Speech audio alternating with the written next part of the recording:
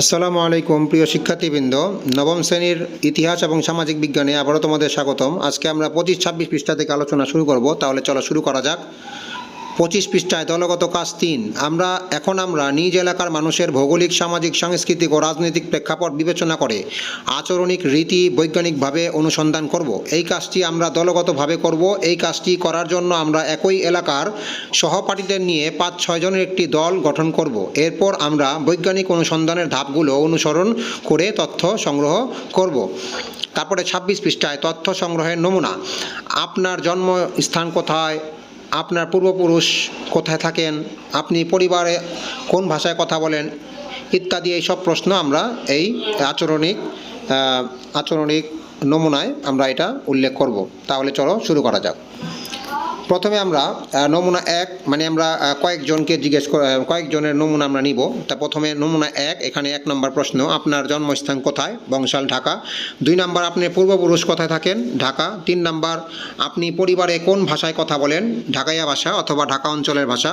4 নম্বর, আপনার পরিবারের প্রধান খাবার কি, ডাল, ভাত, মাছ, মাংস, ডিম, শাকসবজি। 5 নম্বর, আপনাদের প্রধান সাংস্কৃতিক উৎসব কি, পহেলা বৈশাখ এবং বসন্ত বরণ।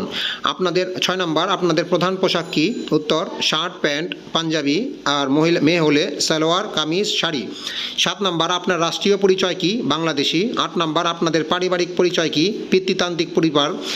9 নম্বর, আপনাদের পেশাগত পরিচয় কি, আমি ছাত্র বা ছাত্রী, বাবা শিক্ষক, মা গৃহিণী। 10 নম্বর, আপনাদের এলাকার আবহাওয়া বা জলবায়ু কেমন, ক্রান্তীয় মৌসুমী জলবায়ু। 11 নম্বর, আপনাদের রাজনৈতিক পরিচয় কি, মুক্তিযুদ্ধের চেতনায় আদর্শী। তারপরে আমরা নমুনা 2, আরেকজনের থেকে নমুনা নিব। আবার সেটার এই সেম প্রশ্নগুলি আমরা করব। আপনার জন্মস্থান কোথায়, এটা উত্তর হচ্ছে বায়েজিদ বোস্তামি রোড, চট্টগ্রাম। 2 নম্বর, আপনার পূর্বপুরুষ কোথায় থাকেন, চট্টগ্রাম। 3 নম্বর, আপনি পরিবারের কোন ভাষায় কথা বলেন, চাটগাইয়া ভাষা অথবা চট্টগ্রাম অঞ্চলের ভাষা। 4 নম্বর, আপনার পরিবারের প্রধান খাবার কি, ডাল, ভাত, মাছ, মাংস, ডিম, শাকসবজি ইত্যাদি। আপনাদের প্রধান সাংস্কৃতিক উৎসব কি, পয়লা বৈশাখ এবং বসন্ত বরণ। আপনাদের প্রধান পোশাক কি, শার্ট, প্যান্ট, পাঞ্জাবি এবং মেয়ে হলে সালোয়ার, কামিজ, শাড়ি।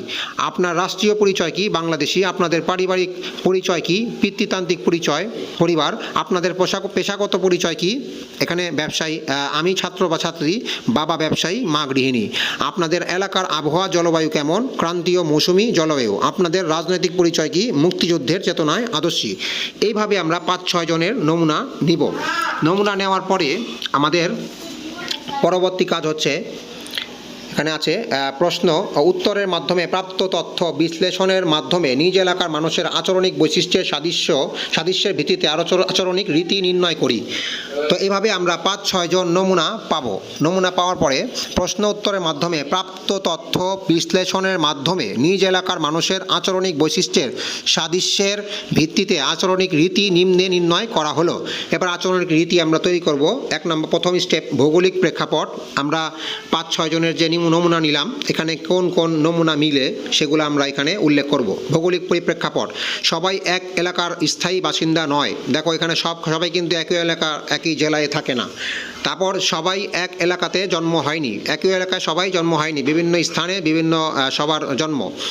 তো তারপর ক্রান্তীয় মৌসুমী জলবায়ু বিরাজমান, সব কিন্তু জলবায়ু কিন্তু কি ক্রান্তীয় মৌসুমী জলবায়ু বিরাজমান। তারপর আমরা সামাজিক প্রেক্ষাপট নির্ণয় করব, সেখানে সবারই পিতৃতান্ত্রিক পরিবার, তারপর পরিবারের সবার মাই গৃহিণী, পরিবারের মা গৃহিণী।